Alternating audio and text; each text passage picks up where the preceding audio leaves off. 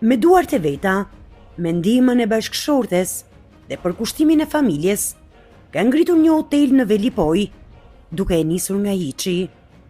Në oborin e hotelit të tij, midis aromës së pijeve tradicionale dhe gjallërisë së pushuesve, Marku të pret me buzëqeshje, një kafe, një gotë raki e prodhuar në vreshtarinë e tij dhe pastaj nis rrëfimi.